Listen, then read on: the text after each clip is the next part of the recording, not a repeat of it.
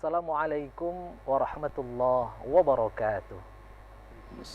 Alhamdulillah, alhamdulillahi rabbil alamin, wabihi nasta'inu ala umurid dunya waddin, wassalatu wassalamu ala ashrafil anbiya'i wal mursalin, sayyidina wa maulana Muhammadin wa ala alihi wa sahbihi ajma'in. Subhanaka la ilma lana illa ma 'allamtana innaka antal alimul hakim. Wala haula wala quwwata illa billahil aliyyil azim. Shadaqallahul azim. Amma ba'da. Baik pemirsa TVRI Sumatera Utara dimanapun Anda berada yang dirahmati Allah Subhanahu wa taala, bagaimana kabar Anda semuanya? Alhamdulillah, kami berdoa semoga Anda semua yang berada di rumah dan keluarga besar juga dalam keadaan sehat walafiat dan dalam lindungan Allah Subhanahu wa taala. Alhamdulillah pemirsa, hari ini kita dapat bertemu kembali tentunya dalam program kesayangan kita, Mimbar Agama Islam Selalu di Hati. Alhamdulillah, pada kesempatan kali ini insya Allah kita akan membahas sebuah tema yang sangat menarik, yaitu tentang etika Islami dalam bermedia sosial. Kita ketahui bahwa sekarang ini perkembangan teknologi informasi begitu pesat, sehingga kita harus hati-hati dalam menyikapinya, karena hal ini tentu akan berdampak bukan hanya dalam kehidupan dunia, tapi juga kehidupan kita di akhirat kelak. Untuk itu, tema yang sangat menarik ini insya Allah akan dibahas oleh narasumber yang sangat energik dan sangat berkompeten. Beliau adalah Al-Ustadz Haji Hanif Fahmi LCMA. Beliau merupakan alumni program Magister S2 Ilmu Hadits di Universitas Al-Azhar Kairo, Mesir. Marilah kita sapa bersama-sama. Assalamualaikum Ustaz. Waalaikumsalam warahmatullahi wabarakatuh. كيف حالكم أستاذ؟ الحمد لله بخير. كيف أنت؟ الحمد لله بخير. إن شاء الله. أعائلكم كلهم طيبين أستاذ؟ الحمد لله طيبين. ما الحمد شاء لله. الله. بارك الله فيكم. ما شاء الله, munawwir al-wajh. Ini Antum nampak anwar. bersinar wajah Ustaz nih. Alhamdulillah. Dengan sinar antum. Masya Allah.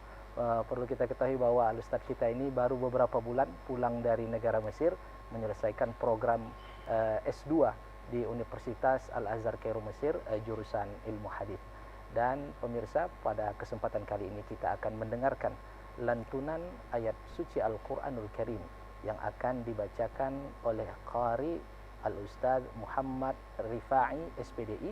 Beliau merupakan finalis Musabaqah Tilawatil Quran tingkat nasional. Kepada Al-Ustadz yang akan membacakan surah An-Nisa ayat 114, dipersilahkan.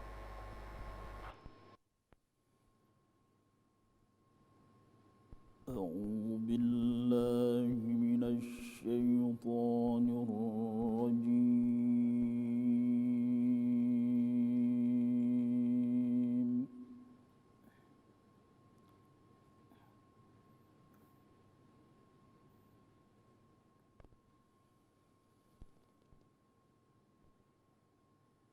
بسم الله الرحمن الرحيم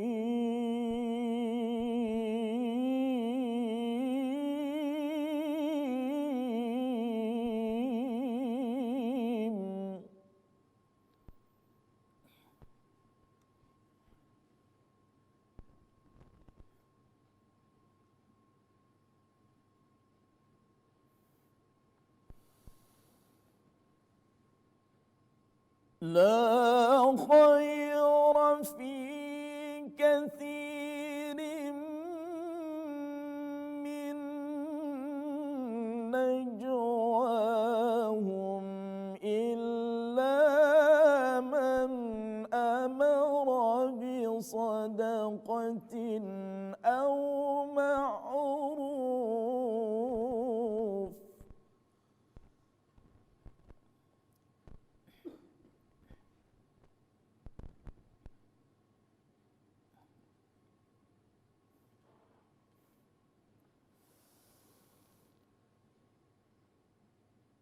إلا من أمر بصدقة أو معروف أو إصلاح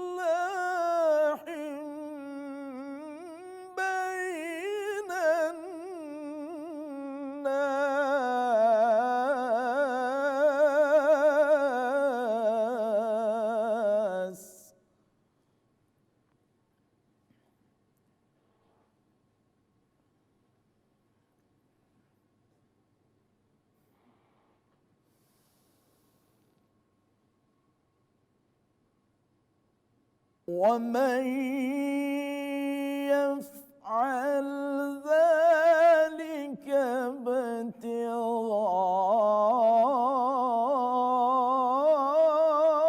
ابتغاء مرضات الله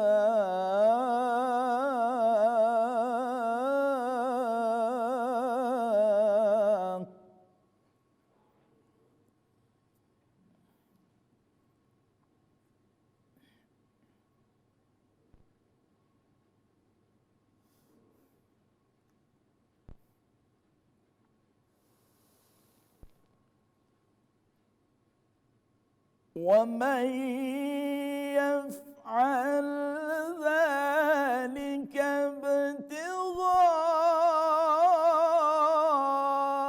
مرضات الله فسوف نؤتيه أجرا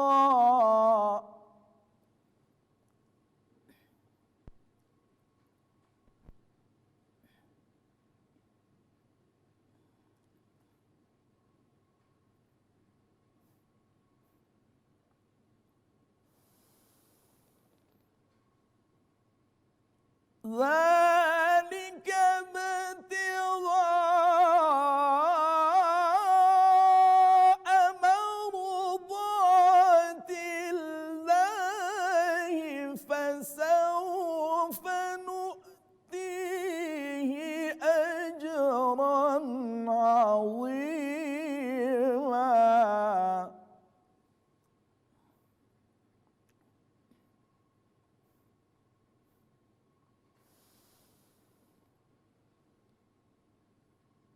ذلك ابتغاء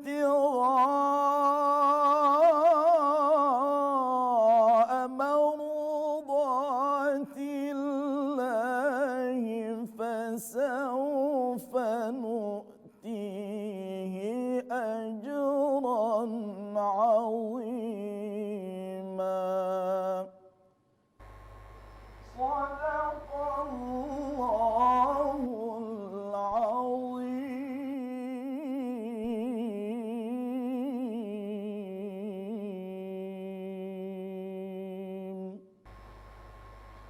صدق الله العظيم وصدق رسوله النبي الكريم ونحن على ذلك من الشاهدين والشاكرين والحمد لله رب العالمين. Alhamdulillah, semoga dengan pembacaan ayat suci Al-Quran tadi acara kita diberkahi dan diridhai oleh Allah Subhanahu wa Ta'ala. Baik pemirsa TVRI Sumatera Utara dimanapun Anda berada yang dirahmati Allah Subhanahu wa Ta'ala, sebagaimana biasanya kami mengajak pemirsa untuk nantinya dapat bertanya langsung dengan Al-Ustaz kita tentang yaitu etika Islami dalam bermedia sosial. Pemirsa dapat menghubungi di nomor 081161000386 081161000386. Kami akan menunggu pertanyaan pemirsa yang berada di rumah nantinya. Dan pemirsa tidak sabar, kita akan mendengarkan tausiah tentang tema yang sangat menarik ini dari Al-Ustaz kita, yaitu Al-Ustaz Haji Hanif Fahmi LCMA. Ustaz, ini tema kita sangat sesuai sekali dengan kondisi saat ini tentang etika Islami dalam bermedia sosial. Ustaz, bagaimana sih sebenarnya Ustaz pandangan Islam terhadap perkembangan teknologi informasi yang begitu pesat saat ini? Persilahkan Ustaz. Bismillahirrahmanirrahim. Alhamdulillahilladzi khalaqal alam wath-thana'u limubdi'is sunan al-muqaddiru 'alaihi an-nizam alladzi 'allama bil qalam 'allama al-insana ma lam ya'lam. Wassalatu wassalamu ala imamil muttaqin wa sayyidil mursalin al-munazzalu 'alaihi al-kitabu rahmatan lil 'alamin wa bayanan likulli syai' wa hudan ila kulli khair. Amma ba'd.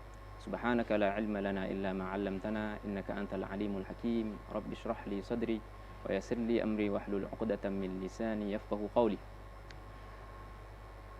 Para pemirsa TVRI Sumatera Utara yang dirahmati Allah Subhanahu wa Ta'ala, alhamdulillah Allah Subhanahu wa Ta'ala pertemukan kita pada kesempatan kali ini dalam rangka membahas suatu pembahasan yang telah disebutkan oleh moderator tadi, yaitu mengenai etika Islami dalam bermedia sosial. Tentunya agama Islam adalah agama yang syamil universal, umum, mencakup segala sesuatu, perkara dunia, perkara akhirat. Dari bangun tidur sampai tidur lagi, semua diatur oleh agama kita. Kemudian agama kita juga agama yang bisa digunakan atau diamalkan, yang berjalan sesuai dengan berjalannya masa, dimanapun, dalam kondisi apapun.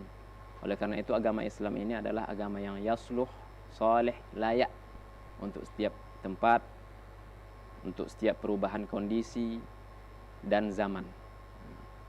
Oleh karena itu ada yang dinamakan dengan istilahnya tajdid atau modernisasi.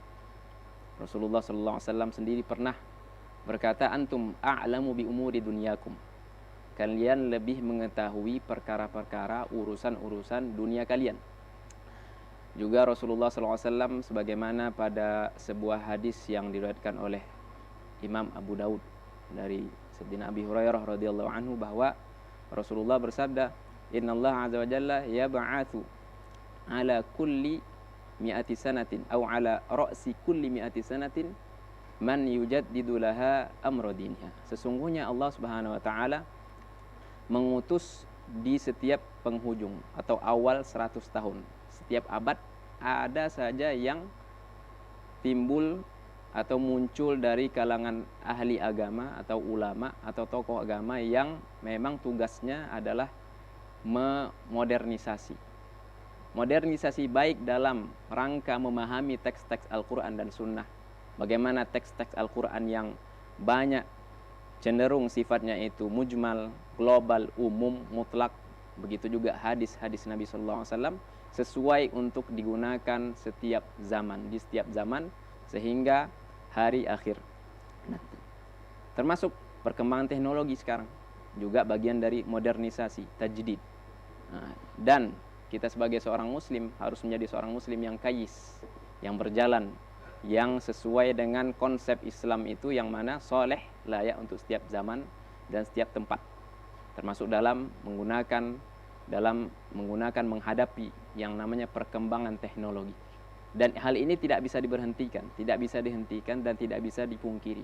Tinggal kitanya sebagai seorang muslim, seorang atau sebagai umat muslim, umat Nabi Muhammad SAW, bagaimana bisa menyikapinya, bagaimana bisa membekali diri dengan keilmuan dan iman, pembekalan dalam menghadapi perkembangan zaman yang walaupun itu notabene bukan berasal dari umat muslim sendiri.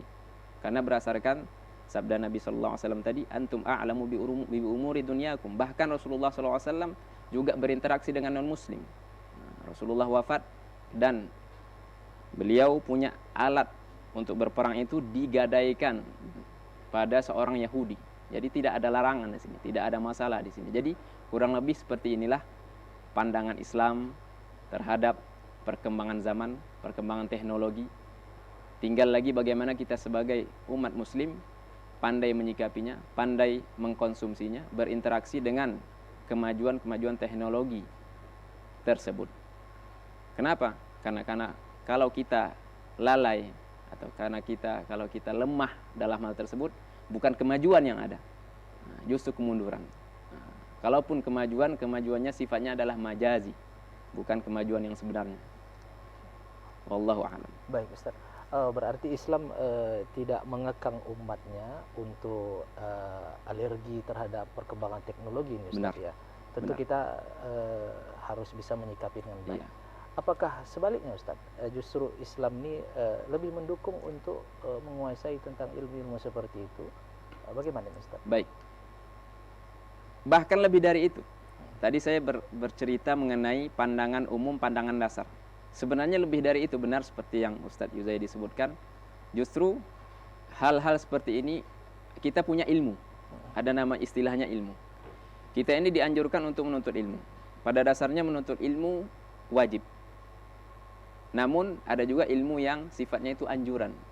Ada ilmu yang wajib, ada yang ilmu itu anjuran. Kalau wajib ada yang fardu ain, ada yang fardu kifayah. Sekarang kalau kita berbicara mengenai ilmu secara umum, ada bahkan di Al-Quran menunjukkan bahwasanya bagaimana dukungan dan anjuran, tuntunan dari Al-Quran, dari sunnah Nabi SAW, dari syariat agama kita agar mempelajari hal-hal seperti ini, ya kan? Agar mempelajari hal-hal yang berkaitan dengan teknologi, baik itu dari segi transportasi, informasi, bangunan-bangunan, ya kan? Sarana prasarana, media sosial, ponsel pintar istilahnya kan, smartphone. Ini juga bukan hanya sekedar membolehkan untuk berinteraksi, justru ada anjuran di situ untuk belajar, untuk membaca semuanya, ya kan? Cuman di situ ada prioritas, ada prioritas dalam menuntut ilmu, dalam mempelajari. Bahkan di Al-Quran itu menunjukkan bahwasanya Al-Quran ini berisi penuh dengan ayat-ayat yang sifatnya ilmiah. Begitu juga di hadis-hadis Nabi SAW. Berapa banyak ayat-ayat menceritakan tentang pergerakan langit dan bumi, bulan bintang. Kemudian diteliti oleh mereka-mereka yang mempelajari ilmu astronomi. Ternyata mereka mendapatkan kebenaran itu, mendapatkan kebenaran ayat-ayat Al-Quran melalui penelitian mereka terhadap ayat-ayat disebut dengan ayat-ayat kauniyah. Sehingga bertambahlah iman mereka, justru banyak di antara mereka yang masuk Islam. Baik, Masya Allah. Tentu ini sangat menggugah bahwa Al-Quran juga memperhatikan tentang teknologi, ilmu sains ini Ustaz, ya. Seperti ayat-ayat kauniyah tadi yang Ustaz sampaikan. Baik, Masya Allah. Tentu tidak serta-merta kita menolak perkembangan teknologi ini. Benar. Meskipun kenyataannya ini nampak dampak negatifnya nih Ustaz. Kira-kira Ustaz, bagaimana dampak negatif dan mungkin sisi positif dari perkembangan teknologi saat ini nih Ustaz? Baik. Tentunya kita akan berbicara lebih spesifik ini Ustaz, ya kan. Tadi kan kita bicara mengenai teknologi secara umum. Teknologi itu ada transportasi informasi. Kalau kita berbicara masuk ke informasi, bagian informasi kita sudah punya radio sejak lama, ada TV, itu sudah lama. Namun itu berkembang, kemudian telepon atau HP. Nah, dari HP ini yang disebut dengan gadget tadi istilahnya, atau ponsel. Dari sini yang menjadi problem kita sekarang, atau objek pembicaraan kita, yang mana di dalamnya itu sudah bisa diakses yang namanya internet atau media sosial dengan segala bentuknya. Dan kita tidak bisa pungkirin hal itu secara umum, secara dasar, bukanlah kita tidak tahu maksud dari para penciptanya atau para penemunya, apakah niatnya baik atau buruk. Cuman fakta yang kita dapati di lapangan, kita mendapatkan dua sisi. Dua-duanya kita dapat, kita temui. Ada dampak negatif, ada juga manfaatnya. Makanya kalau ditanya dari segi hukum Islam, apa hukumnya bermedia sosial? Tentunya hukumnya tidak mutlak. Hukumnya sesuai dengan penggunanya atau tata cara penggunaannya. Ada dampak positifnya atau ada manfaatnya. Kita bisa gunakan untuk berdakwah. Tapi dengan syarat dakwah itu harus dilakukan dari ahlinya. Kalau amar ma'ruf nahi mungkar, kita harus tahu ma'ruf itu memang ma'ruf. Kalau mau nahi mungkar, mungkar itu memang mungkar, kan seperti itu. Menyebarkan ilmu, pola pikir para ulama, kaidah-kaidah keilmuan, kaidah-kaidah fikih, sehingga terlihat bahwasanya syariat kita ini memang sistematis melalui ilmu-ilmu yang kita sebarkan, tapi juga dengan syarat ini harus berasal dari orang yang ahli. Begitu juga fatwa-fatwa. Ini juga dampak positif atau manfaat yang bisa didapatkan dari media sosial. Begitu juga bisnis, bahkan jual beli, yang kita kenal di bab-bab fikih dengan nama muamalat. Para ulama juga membolehkan hal itu, walaupun ada sedikit perbedaan pendapat dalam rinciannya. Itu manfaatnya. Sebagian manfaatnya kita mungkin nggak menyebutkan semuanya. Dampak negatifnya juga bahaya. Termasuk kita balik aja tadi. Kadang-kadang kalau dakwah itu berasal dari orang biasa yang nggak tahu ma'ruf dibilang mungkar, mungkar dibilang ma'ruf, jadi negatif jadi. Bahaya, semua amalan kita salah. Ekstremisme kan berkembang dari media sosial. Ketika tidak ada arahan, atau terlalu mengekang diri, tidak mau membuka, tidak ada infitah dengan pendapat lain, tidak menghargai perbedaan, memecah umat. Ini kan dari sudut agama kan berbahaya. Nah, begitu juga fatwa juga. Orang yang nggak mempunyai ahli dalam berfatwa. Semua bisa ngomong agama. Kolom-kolom komentar ramai. Perdebatan, jidal. Ini adalah dampak-dampak negatif yang kita dapati dari adanya media sosial ini, dengan atau ketika tidak adanya arahan atau bimbingan khusus. Makanya judul kita ini mungkin bukanlah begitu hangat karena kita sudah lama bermedia sosial. Namun kita perlu diingatkan ini terus, Iya. ya kan? Min babi fadzakir fa inna dzikra tanfa'ul mu'minin. Bukan hal yang baru kita bermedia sosial. Mungkin juga hal-hal seperti ini, arahan seperti ini bukan hal yang baru kita dengarkan. Cuman kita perlu diingatkan. Karena sifat media sosial ini dia melenakan, membuat orang terlena. Baik. Dan itu sesuai dengan fitrah manusia kan. Baik. Zuyyina linnasi hubbus syahwat. Baik, Masya Allah. Sangat menarik sekali Ustaz. Mohon ditahan Ustaz, kita akan lanjutkan setelah pesan-pesan berikut ini. Dan pemirsa yang berada di rumah, kami akan memberikan kesempatan nantinya kepada Anda untuk bertanya dengan Al-Ustaz kita. Tentu tetaplah bersama kami dalam program Mimbar Agama Islam, selalu di hati.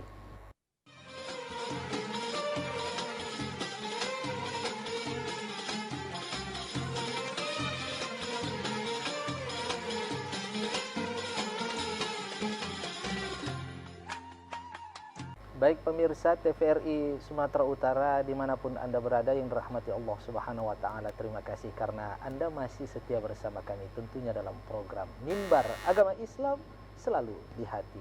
Masya Allah, tadi penyampaian dari Al-Ustaz kita sungguh sangat menggugah bahwa Islam sangat memperhatikan ilmu sains, ilmu umum, perkembangan teknologi, bahkan Islam sangat mendukung untuk mempelajari itu.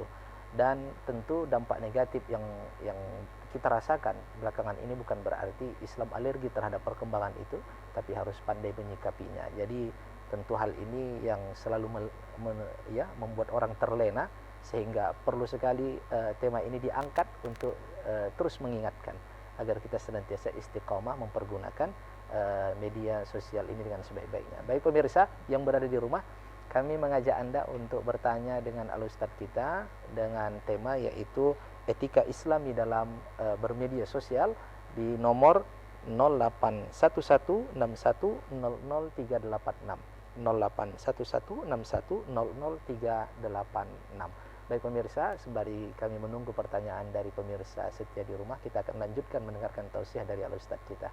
Baik, Ustaz, tadi Ustaz menyampaikan betapa luasnya pandangan Islam terhadap kehidupan manusia ini, mulai dari bangun tidur sampai tidur kembali nih Ustaz ya. Tentu di dalamnya ada tentang berinteraksi dengan perkembangan ilmu sains dan teknologi. Ustaz, bagaimana sejarah di masa Rasulullah SAW tentang media ini Ustaz? Media untuk berkomunikasi dan bisa kita aktualisasikan dengan kondisi saat ini. Persilahkan Ustaz. Baik. Nabi SAW ada seorang da'i. Ya kan? Jadi kesibukan Nabi SAW adalah berdakwah, mengajar, menyampaikan ilmu. Ya ayyuhar rasulu balligh ma unzila ilaika min rabbik wa illam taf'al fama ballaghta risalatah. Rasulullah SAW diperintahkan oleh Allah untuk menyampaikan.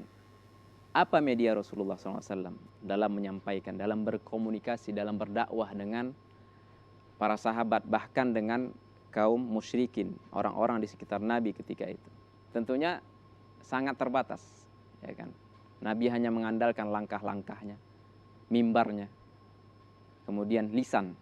Nah, itu yang Nabi gunakan dalam berkomunikasi, dalam menyampaikan ajaran-ajarannya, ya kan? Nabi, baik itu ketika Nabi mengumpulkan para sahabat, artinya dakwah dengan secara jama'i di hadapan jamaah para sahabat, baik itu ketika setelah sholat atau ketika momen-momen tertentu, diantaranya ketika terjadi antara beberapa orang sahabat yang masing-masing berazam, bertekad untuk coba-coba menyaingi amalan ibadah Rasulullah SAW. Ada yang berazam untuk hidup lajang terus, nggak mau menikah. Ada juga yang mau azam untuk tidur, nggak tidur, tapi apa?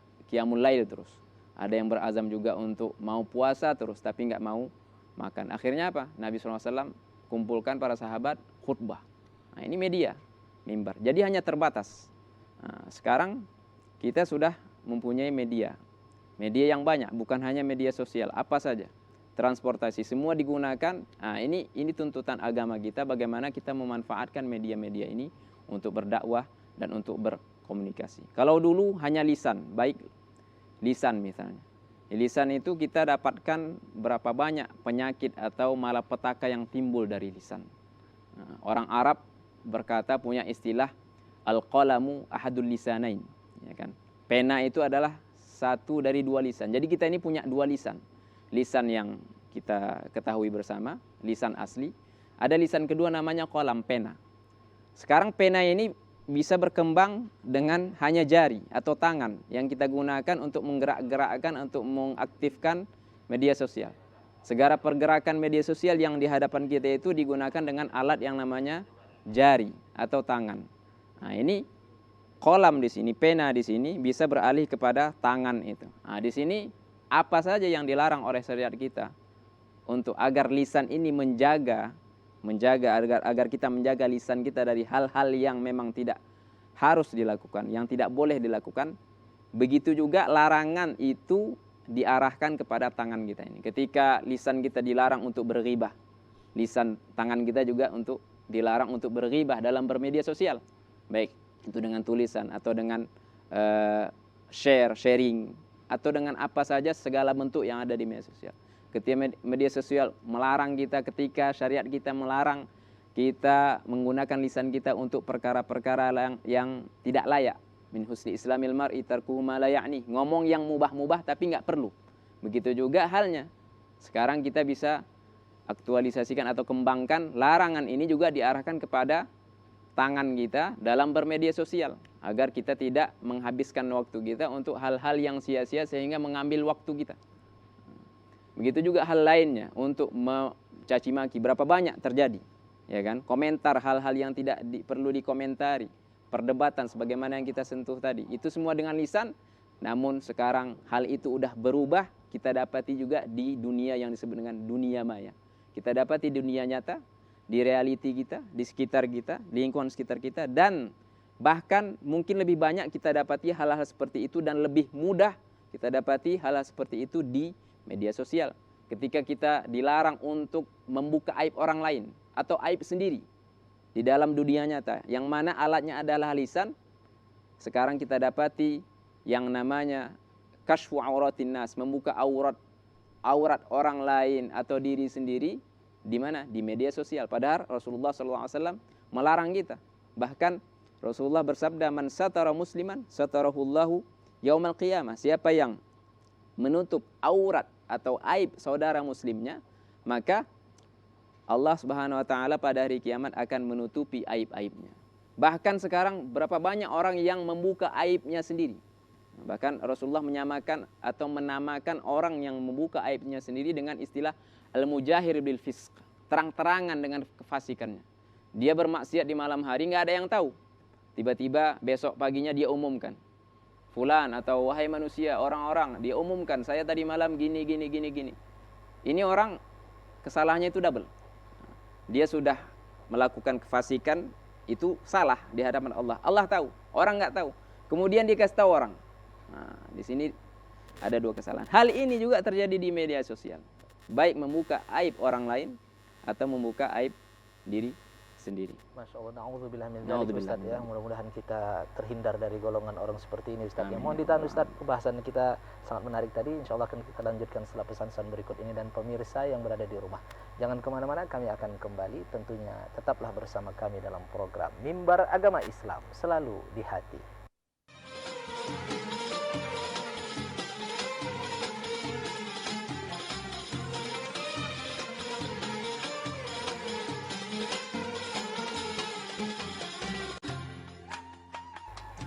Baik pemirsa TVRI Sumatera Utara dimanapun Anda berada yang dirahmati Allah Subhanahu wa Ta'ala, terima kasih Anda masih setia duduk di depan layar kaca televisi menanti program Mimbar Agama Islam selalu di hati. Masya Allah, tadi sungguh sangat mengerikan ya, sungguh sangat menakutkan ketika apa yang disampaikan oleh Al-Ustaz tadi. Kita meskipun berada di ruangan yang tertutup sendirian, tapi bisa jutaan mata mengetahui aib kita. Bisa jutaan manusia mengetahui kelemahan kita. Itulah dampak negatif dari media sosial ini. Untuk itu sangat berhati-hati sekali. Dan ini tentunya harus disikapi dengan bijak bagi orang-orang yang beriman. Baik pemirsa yang berada di rumah, kami mengajak Anda untuk bertanya dengan Al-Ustadz kita dengan tema etika Islami dalam bermedia sosial di nomor 081161000386 081161000386. Mari kita lanjutkan mendengarkan tausiah dari Ustaz kita. Ustaz, terbayang saya tadi ketika masa Rasulullah Sallallahu Alaihi Wasallam bahwa kalau media itu adalah lisan, berbicara, bertemu nih Ustaz ya. Rasul melarang kita untuk tidak melakukan ghibah ya, melarang kita jangan berghibah. Itu mungkin membutuhkan waktu atau durasi yang cukup lama di masa itu karena dengan lisan. Tapi sekarang nih cukup dengan tadi Ustaz bilang ghibah itu bukan hanya larangan untuk perbuatan lisan, tapi sekarang dengan jari jemari kita ini bisa dengan waktu yang sangat singkat kita memberitahu, membuat perbuatan ghibah ini Ustaz. Inna'udzubillahi min dzalik sekali Ustaz. Ustaz tentunya perlu bagaimana konsep ini, etika Islam dalam bermedia sosial ini Ustaz. Persilakan Ustaz. Baik, ada ungkapan seperti ini. Araftu syarr la li syarr lakinni tawaqqi. Saya mengetahui keburukan bukan karena agar mengikuti keburukan itu, akan tapi agar dijauhin. Saya tadi sudah menyebutkan ada ghibah. Ini kan buruk, hal negatif. Ada juga kita sebutkan sekarang ada namimah. Nah, kalau ghibah itu kan nyebutin aib orang lain dan orang itu ghaib, nggak ada sama kita, ya kan? Dan baik hal itu ada di dia atau enggak. Namun kalau hal itu tidak ada, keburukan yang diceritakan itu tidak ada pada orang yang dibicarakan, itu namanya buhtan. Ini tuduhan, fitnah. Yang kita kenal dengan fitnah lebih kejam dari pembunuhan, maknanya di situ adalah buhtan.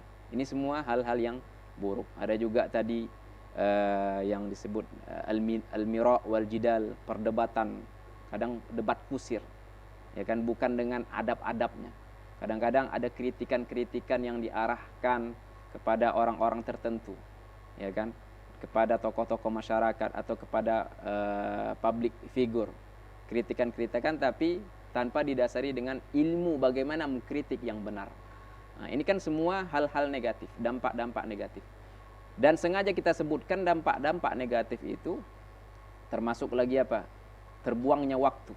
Berapa banyak orang yang gara-gara bermedia sosial karena lemahnya kepribadian seseorang tersebut, lemahnya keimanannya, lemahnya pembekalannya atau pengetahuannya, dan tidak disibukkan dengan hal-hal yang positif, dia tidak mempunyai kesibukan, apalagi pengangguran. Sekarang banyak sekali pengangguran kita dapati di sekitar kita, sehingga disibukkan dengan media sosial, terbuanglah waktu. Bahkan orang-orang yang biasanya mempunyai aurat atau wirid-wirid, amalan-amalan harian, dia biasa zikir subuh dengan zikir-zikir yang Rasulullah SAW ajarkan. Dia biasa bahkan sholat berjamaah tepat waktu, biasa zikir sore, ada atau sholat sunnah yang lain, atau punya wirid membaca Al-Quran setiap hari beberapa halaman atau beberapa juz. Semua itu sekarang mungkin bisa hilang atau berkurang gara-gara menghabiskan waktu di hadapan media sosial. Terbuanglah waktu. Padahal kita sudah diingatkan bahwasanya salah satu peringatan Rasulullah SAW adalah bahwasanya kita nanti akan ditanyakan pada hari kiamat sebelum bergerak kaki kita ini untuk dilakukan yang namanya penentuan arah seseorang itu ke surga atau ke neraka, wa'iyadzubillah minan nar.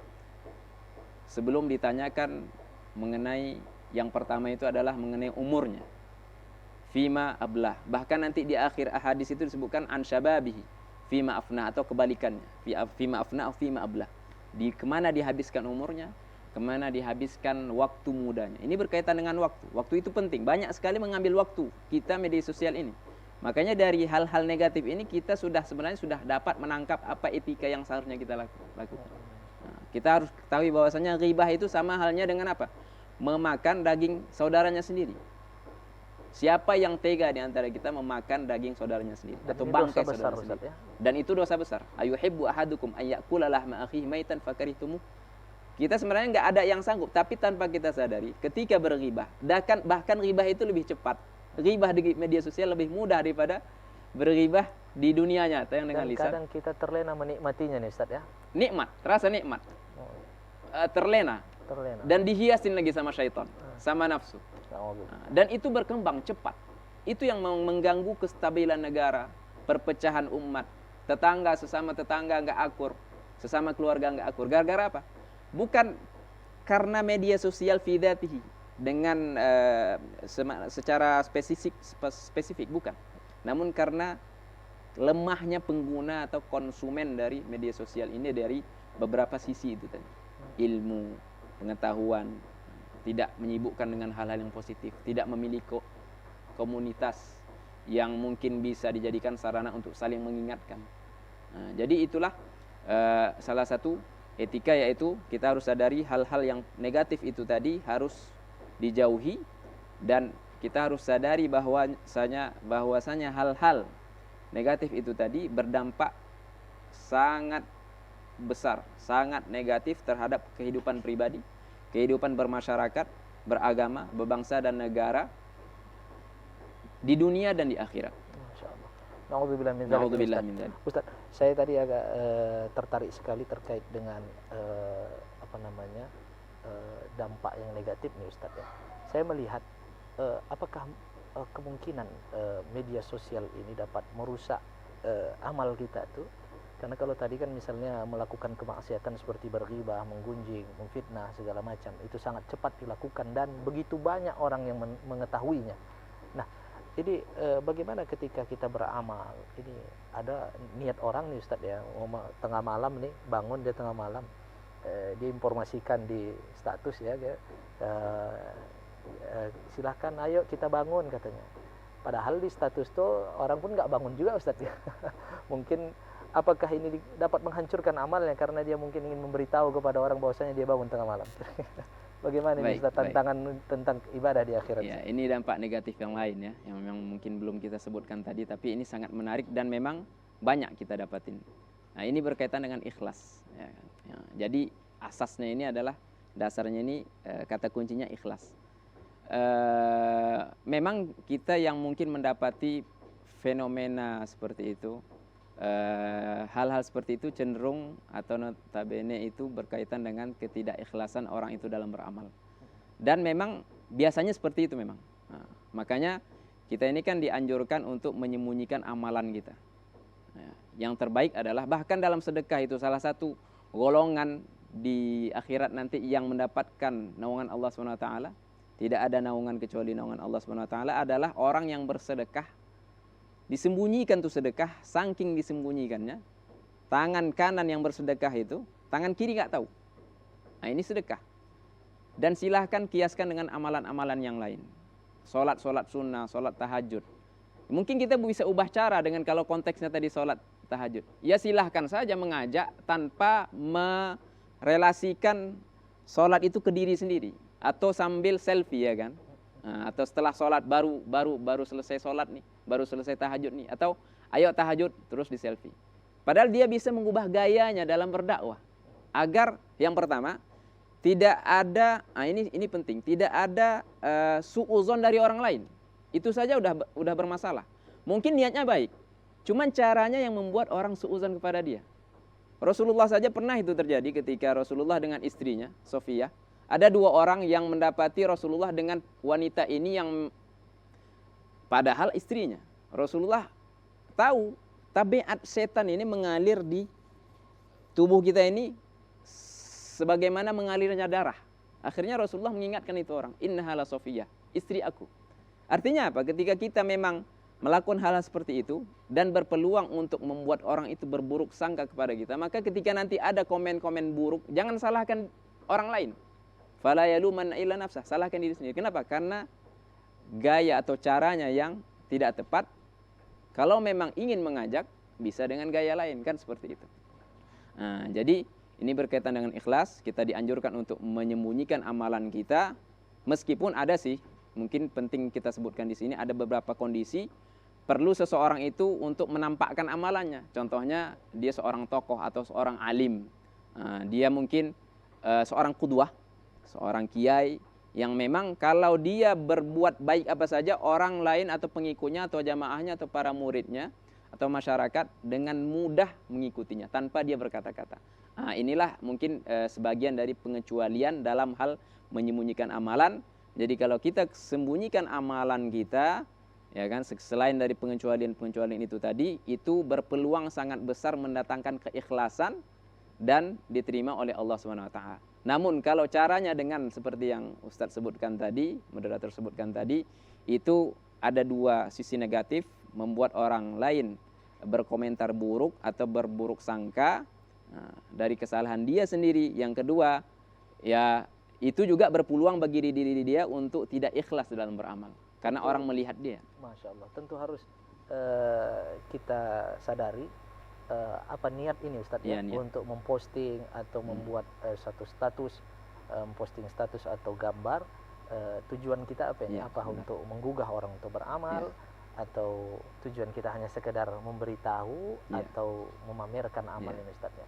Nauzubillah min dzalik, kalau seandainya kita tergolong dalam orang-orang yang pamer, orang-orang yang ria nih Ustadz ya. Nauzubillah min dzalik. Baik, ini tentu harus disikapi dengan berhati-hati nih Ustadz ya. Karena saya pernah mendengar istilah orang ini, antara ria ini setipis kulit bawang nih. Benar. Sulit sekali. Benar. Kita katakan diri kita ini beramal baik kan.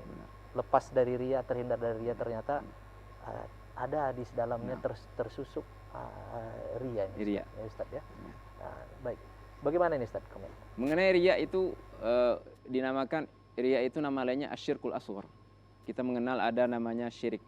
Allah tidak mengampunin, Allah akan mengampuni segala dosa kecuali syirik. Kalau mau diampuni harus taubat.